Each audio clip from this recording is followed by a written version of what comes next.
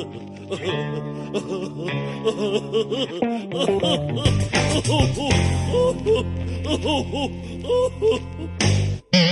welcome to August, and you know by the intro we're going to talk very, very serious topics as usual. But I am, of course, with it. You can catch him anywhere, any day of the week in the summer. It's our drummer extraordinaire, Greg. Hi!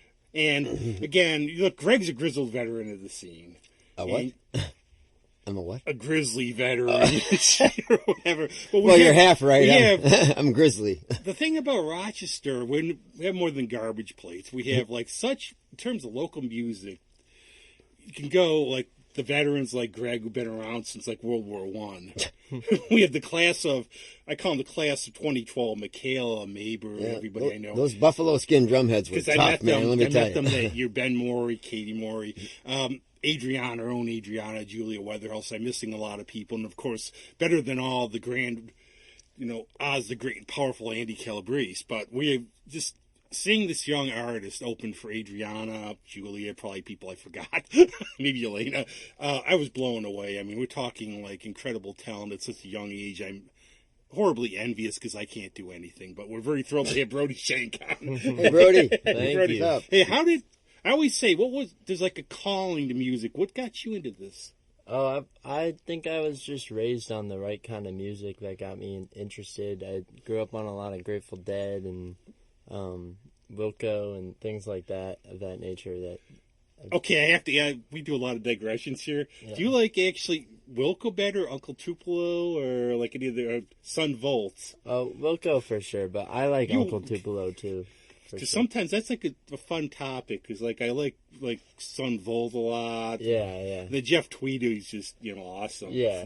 Are you into NRBQ and stuff like that, and New Riders and things like that? Yeah, a bit. I'm not familiar with all of their music, but I definitely, when I've listened to it, I enjoy it. I think it's New Riders. One of their older albums had "I Don't Need No Doctor" on it. Yeah. Yeah, and it's like you contrast that with that Humble Pie version from the '70s, man. What a difference! I mean, it's interesting to hear the two takes on it. Yeah, totally. My band Judah, former band. I don't know if you guys have heard of Judah. Yeah. We used to do a cover of that. Oh yeah, it's a cool song. Pretty rocking. That's what I love about that, though. Like for the younger generation, there's a story I tell going to meet Dick Dale. And I thought I was going to get killed because the first line, he doesn't show up for 2 hours late, right? But I look and I see these kids behind me. They're high school kids. Yeah. But they're all into this stuff. Right. And like I told my friend Alex Cote, Danger Bird plays some of the best Neil Young ever wrote. Yeah. It's all these influences. And one thing I'll ask, because it seems like a trend, did you come sort of from a musical family? Somewhat. I more on the fan side than the musician side. Nobody in my family has ever played a show, but my dad plays guitar and taught me the very beginnings of what I know on guitar. Because I think that's how, like, my brother was in a band called New Math, and, like, we're all the kids in high school, grade school. We were listening to It's Rochester, REO Speedway and Foreigner. Oh, by the way, Greg, I heard actually Cheap Trick with John Lennon playing a song on the radio. Did you hear it? Yeah. I have that album. That's awesome. That's cool. But, all your usual stuff. But I was hearing at home all the indie stuff, like the Ramones, all this other thing. That's why I went down this way. Right. So there's always like a path, because otherwise, if you go, most people are going to listen to commercial stuff. And I'm always blown away by like younger people, especially, you're digging deep. This is awesome. Right. Yeah. So if they do a reunion, why don't they call it Fuzzy Math? That's what I want to know. But one thing I'm really impressed by is your songwriting. Thank you very much. Such a young age, too. Yeah, that's what I focus on. Yeah, that's great. Sorry. And I've actually I haven't read it because I don't prep for this show. If I remember your name, I'm lucky. But I just got Dylan's book about songwriting. Oh, yeah. Which one? It's a new one. It's like a big one. He goes through 60 songwriters and describes modern song. Yeah, I got that for my birthday. It's a great book. Yeah, it's great. Oh, yeah, you've read it. The host, of course, has it sitting under a pile. But I think I always think there's something special the way artists see something. It was proven with Van Gogh that he saw colors differently. Right. That you see the world, because, your songs, like from what I've gotten, are stories. I try for that in a lot of ways, and they're very detailed. It's almost like a little mini movie. And how did you start doing that, doing your own? Well, I listened to a lot of Dylan through late middle school and early high school. That's pretty much all I listened to. And I think it just, as a guitar player, and because I started with guitar for years before I kind of got into writing songs. And then COVID hit, and that's really all I could do to be fully creative, because before that, it's not like I can go jam with a band, so I was able to sit alone and focus on the craft of telling a story and making a song. I think that's cool too, because COVID hit people a lot of different ways. I had friends who did the streaming. Yeah. I had, for me, I was going to accomplish, I was going to write, get books done, finally do a comic book. Lucky if I did my laundry. I cleaned my basement. I finally got my basement straightened out. But I have friends. I have a couple of friends who did 4 albums worth of material too. Yeah, I probably wrote around that during the time. Wow. It's like there's been said a lot of times. You get some really good songwriters, and they'll ask them, "Well, how you weren't popular in high school or something?" Because you have to, and the way they would say, "No, I wasn't." And the reason why is because you have to have time to focus. Yeah. If you're out doing everything, unless you're Greg. Right. No, that's very true. I mean, I wasn't bullied in high school. I'm a tall guy, but I definitely spent all my lunch periods in study halls in a practice room. Yeah, all of us, that's me. Oh, yeah. My friends are like that. If we talk about high school, it's the same with the same type of people. Well, which I was in cool. marching band, so I hear he was in marching. You get it. Well, he was the cool. I played dude. euphonium. All right, nice. Wow, that's rare. That's cool. But Greg, talk a little about his song. Greg writes songs, and I always say he writes good songs, but he's a master in his own way because he'll only do 2 or 3 songs a year. But what is your? Do you just think of these popular? The thing is, I wrote a lot of those older songs that I brought back. I wrote some in the 80s and some in the 90s. And what happened was it was the typical scenario. I was on the road. I started, it was a breakup thing, okay? I don't want to divulge too much. So it was a breakup.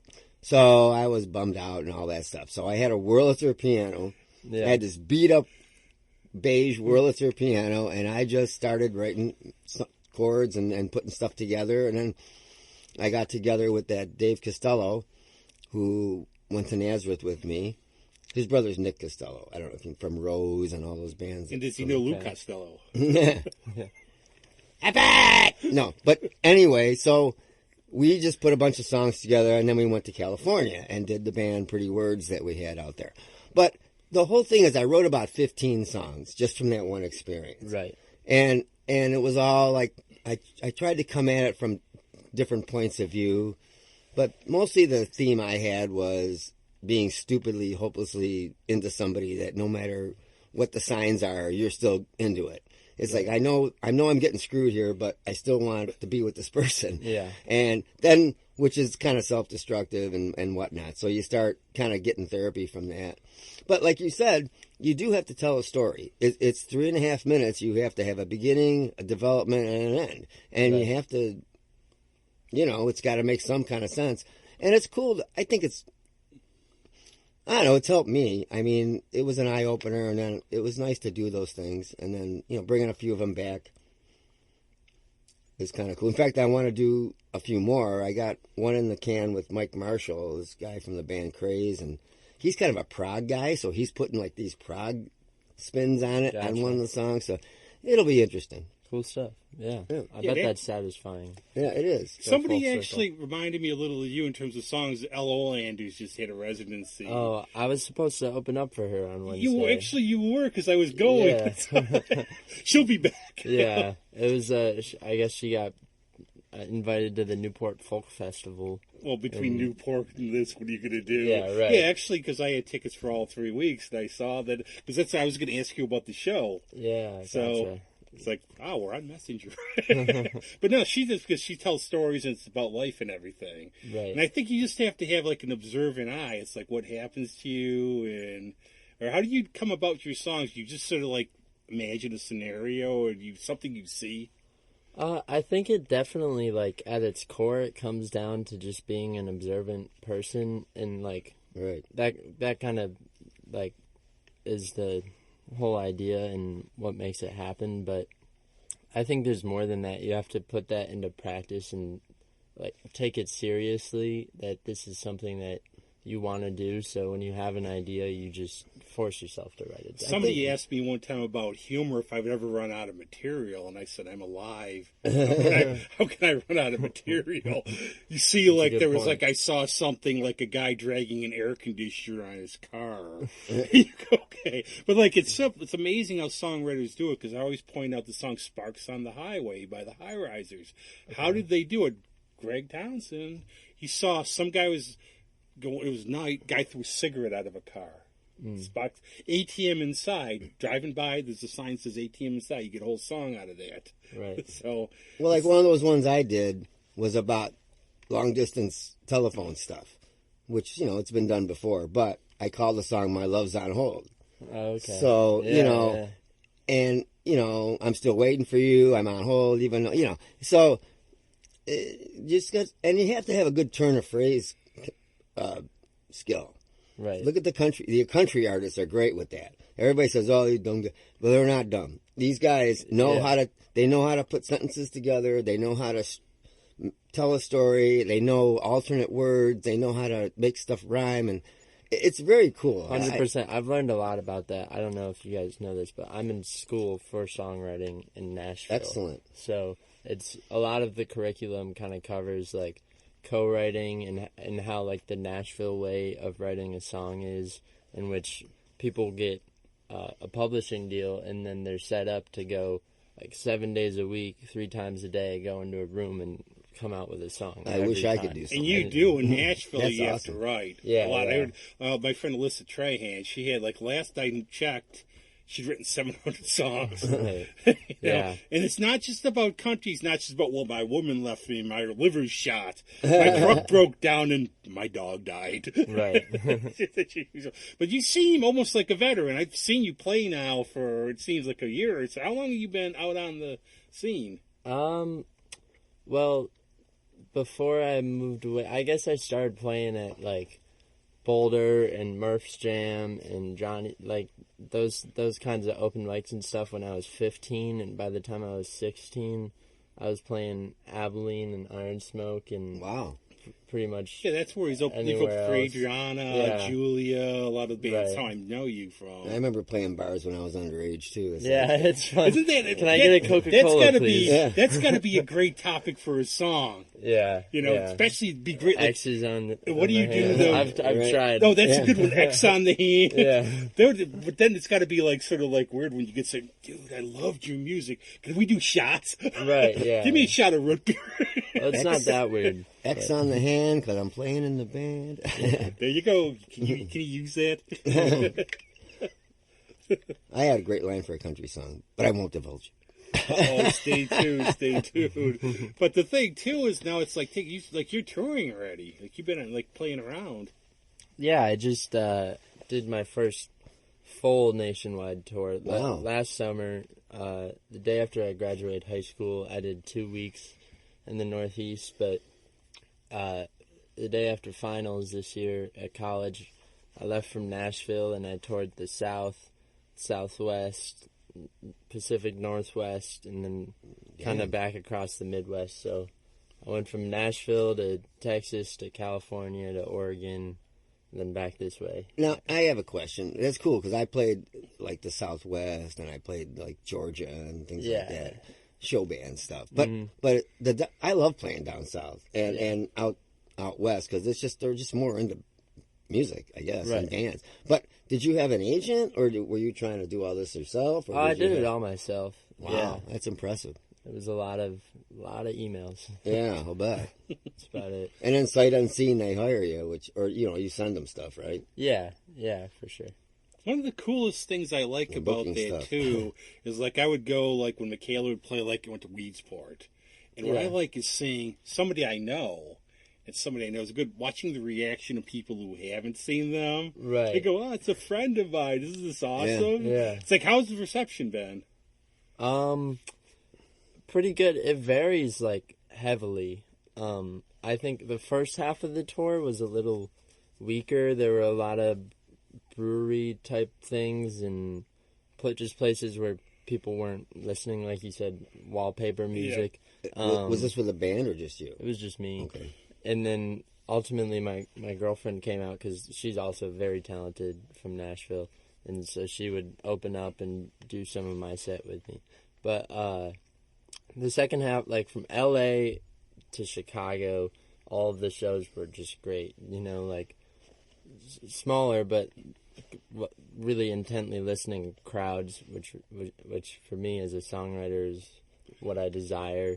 I think that's a wise move, though. You got your fan base and you spread it out, right? And that's good. That's what I keep telling people around here. But I mean, most of us are past the touring thing. But I keep telling a lot of these people, like, you gotta at least play 2 or 3 hours away. Get right. Pick different counties at least, and like the way I always said it to somebody, like, we're in Pittsford. Okay, so you play Pittsford, play in Fairport, play in Macedon, play in Canandaigua, then go south, then go west. Right. Just even if you go an hour or two each way. Totally. And then, because everybody knows you're here, but then nobody knows you anywhere else. Yeah, there's a million places to play in the Finger Lakes and Ithaca, all the way down to New York City. I told Adriana that like a couple of years ago. I said, eventually you're going to have to, especially with your talent, you're going to have to go and expand. And she is. She's just open for a while. I love it. Like I saw that, which is really cool. But that's what you have to do if you want to do this for a career. I mean, we could love your stuff here, but you only have so many. Right, totally. That's the thing I do like. I like the places. I like to call the places like where you play where you have the audiences who are actually really into it. That's the awesome feeling. Yeah. Where it's like, wow, this is cool. Instead of the Abilene usually gives me that. And you have to also, I think, you're going to get gigs. Like one of the best examples I use, one of my friends played at Dinosaur one time. It was just one of those nights where, now he's played like with the band he's in, like in Spain in front of like 30,000. Wow. It was me and him. And a lot of it, what I find with them, it's awesome. They like it more. It's like, Rob, what song you want to hear? Right. You're going to get those type of things. Totally. But you have, like, until you're talking about Dylan and everything, is there any other, like, musical thing you'd like to try to do sometime?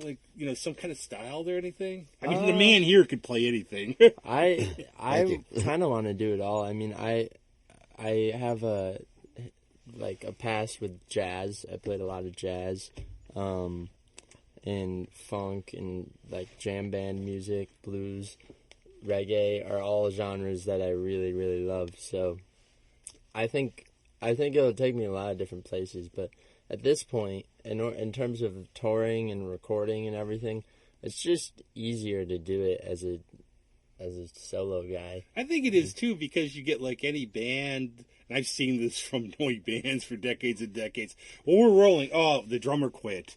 Or like something, I can't make it. Yeah. Or, so I always say if you have to have an idiot for a boss, have the idiot be you. Right, totally. Well, you got to have the show must go on mentality. I mean, you got to really want to do it. Totally. I mean, I always tell people when they ask me about, aren't you tired? Or I'm like, you know what? When I don't want to put the stuff in the car anymore, I'll stop. Yeah. And it's like, but I still enjoy it. I enjoy setting up. I enjoy sound checks. I enjoy the whole thing. Right. I don't care about getting there early. I mean, that's just, you got to enjoy doing it. Totally. Totally. You got to, the whole package. Cut out for it. Yeah. It isn't just, hey, I want people to adore me. It isn't that. No, you missed it, though. You have to be like the lead singer, which I've seen so many times. I see these bands trying to pull the keyboards up, the drums. Yeah. The lead singer shows up 10 minutes before the show. Yeah. But I think, like, Dylan wanted to be like Little Richard or Chuck Berry. Right. That's what he wanted to be, but he got, like, in terms of working, to do it himself. Yeah. Because like, what you want to do. Totally. And we actually, one of the funniest interviews I ever had, I had Lily Winwood. We did Zoom. We do Zoom sometime. Steve Winwood's daughter, and it was really funny because we asked her, cool person. So we asked her, do you like collaborating with anybody? No. Some people do. It's like, there's a thing where, you can bounce ideas off, or if you know what you want to do, right? Your vision of it. I don't blame them if you don't enjoy collaborating. In terms of writing with other people, I find it really hard to be able to vocalize what I want out of a song, because you have a vision in your head, and then it just slows everything down to have to explain that vision. I sort of have to collaborate because I'm not proficient enough on stuff. But I know enough about the other instruments. Like I can tell a guitar player, play it in second position or something like that. Which just from music education stuff. Yeah. So, I can say double stops or play it, you know what I mean? Just to give them some, and then let them take it from there. And then it's a true collaboration. It's like, well, here's the idea. You take it and put your spin on it. Totally. But that was like the beauty. I was been thinking of Dylan a lot because you mentioned him. And the last time I saw him, at the Auditorium Theater, he was fantastic. Yeah. But he's also like a chameleon. He's gone through like phases. And have you seen him? Yeah. I probably the same show. Yeah. That was one of the best. I thought that was. I have always wondered about the whole thing, though. I mean, you owe it to your audience to not. I don't know. They spend all this money and they go through all the crap to get to a show, and then, people get babysitters and this and that and the other thing, and then you go there and they're like, well, you know what? I'm not going to play what you want here. I'm going to play, what I feel like playing tonight. I don't know. I know artists, I get the feeling, I know you're tired of playing certain things, but you kind of owe it to the audience to give them what they want, and then they go away and they go, oh, the guy, Well, Tom Petty said it. What Tom Petty said, if like on the liner notes of his Fillmore album, he said, look, okay, big shows, paying like, how much shows cost these days. Parking, walk up. Yeah. So we have to play this. That's why they did the Fillmore for a month, because they could like jam, goof around. There's a lot of covers on that album. Yeah, I like they just want to have fun because he has to play American Girl, all these other songs because somebody's shelling out these days. So that's the one thing you missed. I'll get my old, my this mean guy from Up face on. You missed a lot of the shows back in the day. Like my brother saw Led Zeppelin on their $3.50. Wow. Yeah, I was going to shows. I got mad going to the War Memorial when a show was $17. Right. I saw the Stones for $28. Nice. You couldn't park. Yeah. No, but Dylan's got his ways. I think he's got that, like, I bet if you knew him, he's a really great guy. Yeah. I bet he is. I bet he is, too. But he's got that where you go in no pictures, which is fine with me. They're for music. But he just goes down, like, if he talks to the audience, it's to introduce the band, or he doesn't. Right. And he has a set, like, 20-plus songs. Yeah. And I mean, I remember when I saw him, it was a lot of hits, for sure. But he has a million hits, at least if you're a fan. Yeah, how would you be doing that? Think about that. He's probably got like 100 albums, playing like 60 years. Yeah. How are you going to decide? And I love what he does, because remember he played like a Rolling Stone. It was like the 10th song. It took me halfway through the song to realize what it was, because that's what he does. Like friends of mine have said this too. He's playing this, and I'm like, what is this? Oh, because he plays it so differently and everything. Yeah. That's everybody's biggest complaint about Dylan shows. See, I don't. Why? See, there was a thing where Don Felder wrote a book about Don Henley, and he said you had to play note for note. Right. Now, you can stay home and listen to an album. Don't you want to go see like something like that? Yeah. People want to see Clapton. They want him to do the 10-minute guitar solo or something. I think a lot of that, though, there's probably a lot of things at play there. Number one, maybe you don't have the proficiency to jam or improvise very well. Yeah. So you got to know, I'm going to play what I know, and I'm going to play what's on the record, and I'm going to play it the way so I'm safe and I don't screw it up. And I think generationally, like the modern groups, take as many pictures, Instagram, selfies, promo. But the older guys, look, you want to just hear music, or you want to, Dylan waste your time. He had a meltdown like 4 gigs after the one we saw him because somebody took a picture.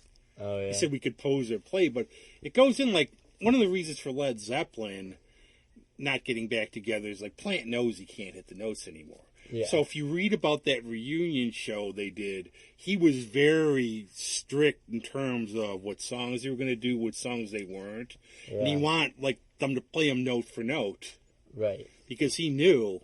And that's one of the things I say, you have like 90 years ahead of you to play. But I think eventually you keep going, some bands turn into Spinal Tap. You see some of these older bands touring now, and I wouldn't want to see them because it's just sad. It's hard to change your image like from the spandex. Right. You know, now we're going to be tough leather guys. You know, okay, Yeah. really? You know. That's why I have so much respect for the Dead specifically, is because they have the musicianship to kind of, you could hand them any song and they would be able to play it and make it their own and improvise and all of that. And not many bands showcase that kind of music. I love the way they do Good Lovin'. It's a song like exactly. that, and you know. But what was I going to ask you? Do you have any, like, well, I don't want to say horror stories, but anything when you pull up to a bar and go, what, this is it? That type of thing, or the owner didn't... We play both types of music here, country and the owner said, I thought you had a band or something. I have like the best horror story from a band, but I can't tell it on here. It gets censored. I have a few for sure. Mobile, Alabama did not like me. Do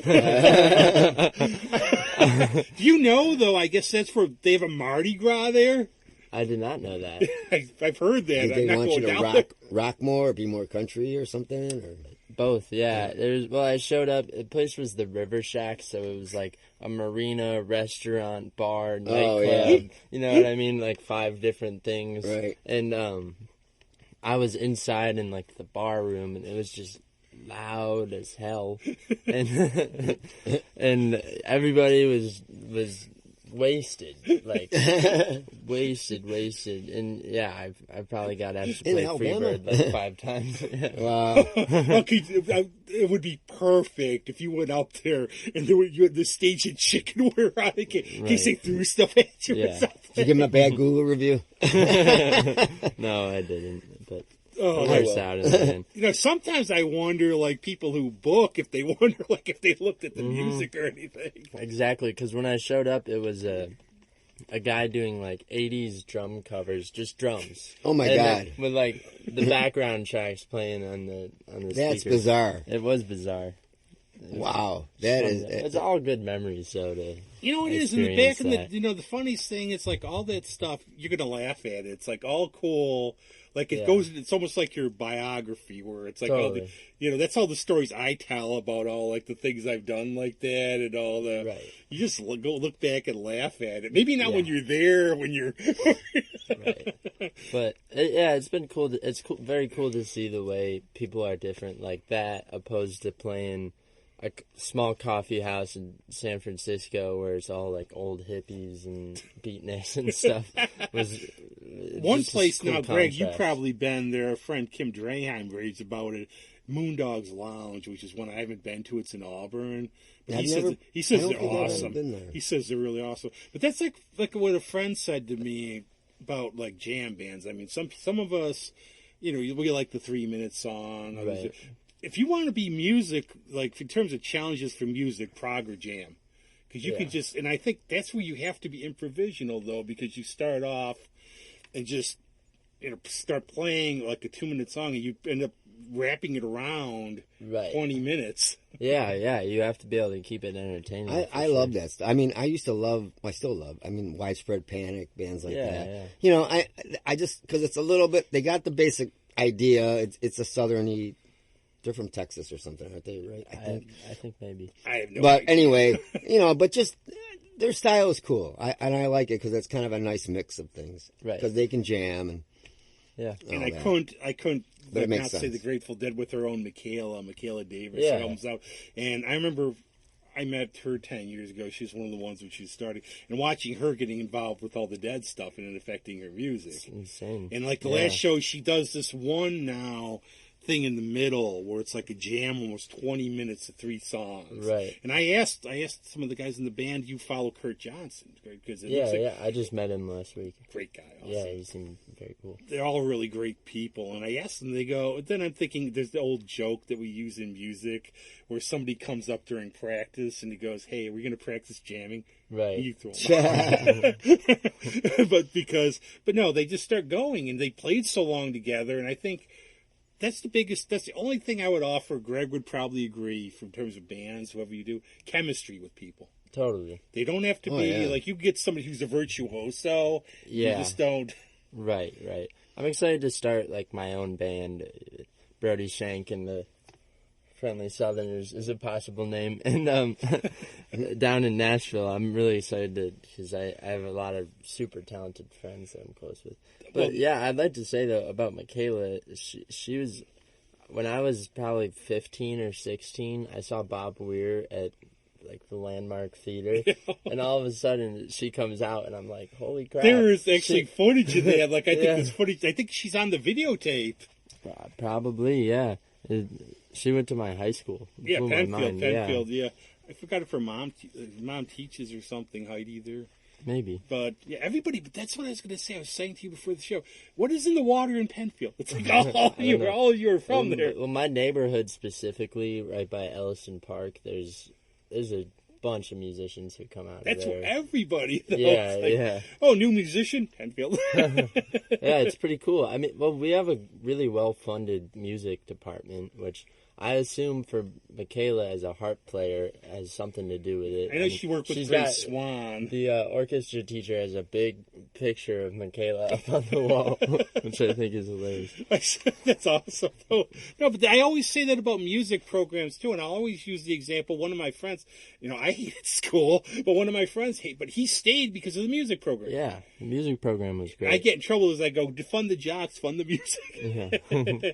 But I don't know that shirt you go down south, they're going to, what do you mean by that, friendly Southerners? Well, most Southerners are friendly, in my experience. Most people I find. See, one of my views, that's why we never do, we want to have fun on this show. We don't do politics or anything. I think, it's the crazy forces out there. People in general, if they get to know you, are nice. Yeah. No matter who it is, no matter what race. In general, yeah. In general. I mean, you're always going to have, like, the bad apples and everything, but you remember them. You might be walking around all week. People are cool. The one jerk who cuts you off or something, that's what you remember. Yeah, totally. Have you ever had the experience, because I had this experience, so I'm just wondering, have you ever played a place 2 nights in a row or something on this tour? No, I haven't. Oh, okay. Well, the reason I'm asking is I did a gig once in Arizona, I think it was. And we played the weekend or something. It was a really cool place. Had all these mirrors behind the drums, like the whole back of the stage was mirrors. So it was crazy trying to video anything there. But anyway, we did some originals, and one of them was one of mine. And the next night we came in, some guy at a table said the name of the song. He said, "I'll blame it on rock and roll, man. Come on." Because that's the name of the song. Yeah. And I'm like, wow, he remembered one of my songs, and that makes you feel good at least. I bet. That's pretty cool, yeah. Especially if it wasn't a case like, hey, dude, here's $5, man. Yeah, right. Yeah, right, yeah. I was going to say, I don't remember, like, if you do some covers during your set or not. It depends. I actually don't remember. I prefer not to, probably, depending on when you saw me, I did. But, like, when I played at the Abilene recently, I did almost 2 hours of all originals. And, yeah, I think it's, for me, it makes me feel a little badass to be able to do that. I think I'm it does, proud too. of that, I think you should do that. And I have to, I can't say enough to plot out to Danny, because I love he's like Danny the kind Deutsch. of person you need for music, because he will take his chance on people. Totally. Right. He will bring in people who do. Like I said, I was 15. I had never played a paid gig, and he offered my band a happy hour, and mostly because all of my parents' friends had seen me playing guitar on Facebook since I was 7. Like, you know what I mean? Now, if you were 7 and you played there, that would have been. And finally, there was an opportunity to come see me play, so the place was just like totally packed. It was awesome. Good for you. And ever That's since awesome. then, Danny's been booking me regularly, and he's. Yeah, and you He's were the like best. somebody, like, when I saw him, like, and a lot of times, to be honest, like, I'll just be on as an opening act. Right. No, he's cool. He's good. I'm Yeah. going to try to get there in time. So I was looking forward to the show with Al. I would have been there at 7. But, Yeah. but you're playing there on the 17th. Yeah, that's right. And Tom, I don't know, you know what time about? Or just look it up on the website. At I'd Abilene? assume 7 Yeah, or Abilene. 7:30. Yeah, They've been that'll be getting cool. They've been getting there a little earlier now. They've been starting shows a little earlier, which Yeah. for me is kind of cool. Is that If you can play August? outside, Oh, that'd be nice. Yeah, nice, yeah. depending, it's Rochester. Right. We don't know what, like, might have a You never marshmallow know. death cloud or whatever else or anything else. But I think you're gonna really. I'd like to really see. This is what I said about Friends all these years ago. I'm really excited to watch you through the years play. Yeah. Thank you. I think it's going to be really cool, and I love. That's always the best. Like anybody, who you say, I remember when they started. Right. You got to get to the point like you're playing Madison Square Garden. You see me like, throw that guy out. He doesn't know me. I said that. That's my goal. I told Adriana that. I told you have to do that. Or the other one would be get really famous. Here, sign this contract. Don't read it. Right. Yeah, right. Yeah. But that's the thing. But it's always great seeing with people, and I love to see other people's success. Totally. That's like part of what the show is about. Yeah. You know. Well, we have like the world's greatest drummer here in Rochester. Why, thank you. Who all have you played with? Everybody kid. Well, I've played with. I'm playing with Brian Lindsay. Oh, band. awesome. And I've been with him like on and off since 2008. You know, So I've seen you with him at Murph's, probably. Yeah. Okay. Yeah. Yeah. Yep. And then I played with Anonymous Willpower for a while with Susie Blair and Don Blair. Totally. Gotcha. And a lot of original stuff. So, I'm into that whole thing. It's like Yeah. express yourself as much as you can. Right. And I do a lot of fill-in stuff. I've been doing the Tom Waits birthday shows at Fire and Smoke, and then I got to learn like all these bazillion songs and a bazillion styles for everybody. Yeah, and that's cool. Yeah, I love doing that stuff because I always wanted to be like a session guy. Yeah. He's house drummer to the stars too. If you see like a big event, like usually like that, he's like usually the drummer. Like Brunette's birthday party. Yep. I've done the Tom Waits thing. I did Alice a few years ago. Okay. I might have. I was probably there. He's my favorite. I've done it like 3 years in a row. I don't know. That's like one of the top like 5 for me. Yeah. Alice's album. I think that's. I mean, you can't. I don't think he's ever done anything bad.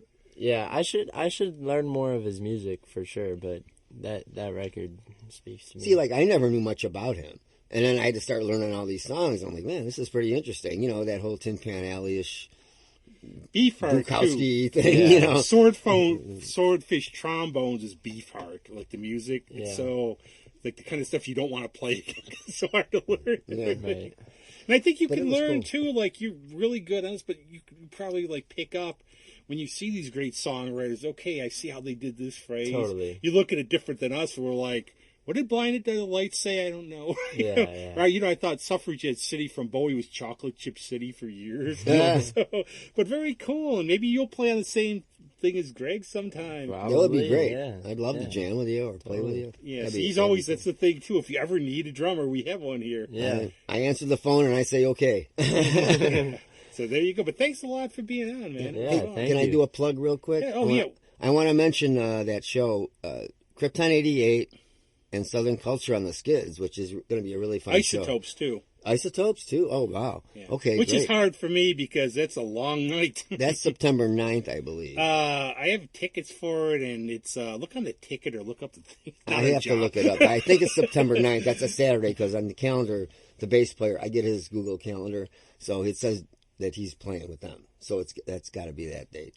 And cool, and I hope you have tons of success. I'm looking forward to it. Now, you have, the only other things is, you have any music out? I know you're going to do a song here, but I thought you have an album, a CD or anything? Yeah, I have an album and a couple singles. And how can we find you all over the place? Just Brody Schenk. It's BrodySchenk. A name I can pronounce. Yeah. Which is cool. And now you're going to do a song for us, which we're really thrilled for. Yeah, I'd love to. And Cool. whatever you want to do, if you want to explain what it is or just fool everybody and just play something. I'll just... Yeah, can I get my guitar out? Well, we wrap it up and then gotcha. we divulged our secret. We don't just have The magic of editing. yeah. We don't just he doesn't just pull the guiar while we're here. We stop the tape. Yeah. I'm gonna play a song called "Don't Go Diving into Shallow Water," and it's about life lessons my dad taught me. Plus, also good in the pool. Yeah. You just saved a couple lives of listeners today. Thanks a lot, Brody. Thank you, Brody. Yeah. Thank you guys for having me on. Cool. Yep. Well, don't go diving into shallow water, vandalizing your alma mater. Should be growing wise, not getting dumb. Your old man could be teaching you some of the fees, not accessible easily. Here's a couple of things that mine taught me. Well, don't let anybody tell you when it's time to cut your hair. You are the one who chooses the clothes that you wear. And if you treat others great, well, they just might treat you fair. And if you get a little extra, Don't be afraid to share, and anything that you break, it can always be repaired. You might not get the strike, but you can still go for the spare. And when someone is in trouble, you help them and you care. But when you're the one in trouble, boy, try not to poke the bear. And don't go diving into shallow water, vandalizing your alma mater. Should be growing wise, not getting done. Your old man could be teaching you some, but if he's not accessible easily, here's a couple of things that mine taught me. Well, you can be who you are. There ain't no sense in faking. There's a whole big world just outside, and it's yours for the taking. When my eyes opened this morning, when I was just awakened, well, my mama, she was in the kitchen. I could smell that bread that she was baking. So feel the music in your bodies. Don't be afraid to tap your feet. And the further that you go, the more people you will meet. So don't just stay standing like you stepped in wet concrete. I'm getting old, feels so cold, headed down a one-way street. So don't go growing up too damn fast. Enjoy your youth while it lasts, 'cause the present now is soon the past. So hold on tight and get your grasp on whatever it is that you may need. It's a bittersweet symphony, so make your cases and state your pleas, 'cause even freedom don't come free. And don't go playing in construction zones or bragging about all the things you own. And get your head up out of the telephone, and every good dog deserves a bone. And don't go sneaking out of the house at night, and don't start boozing and starting fights. And don't take a corner so damn tight. If you're unsure, you just do what's right. And don't go hoping for no royal flush. Twice a day you should always brush, but take your time, there's no big rush. When I'm singing, you should hush. And don't go getting no face tattoos. Let's sit right here and play the blues on old guitars, 'cause we can choose what makes us happy, so let's not lose. Don't go diving into shallow water, vandalizing your alma mater. Should be growing wise, not getting dumb. Your old man could be teaching you some, but if he's not accessible easily, here's a couple of things that mine taught me.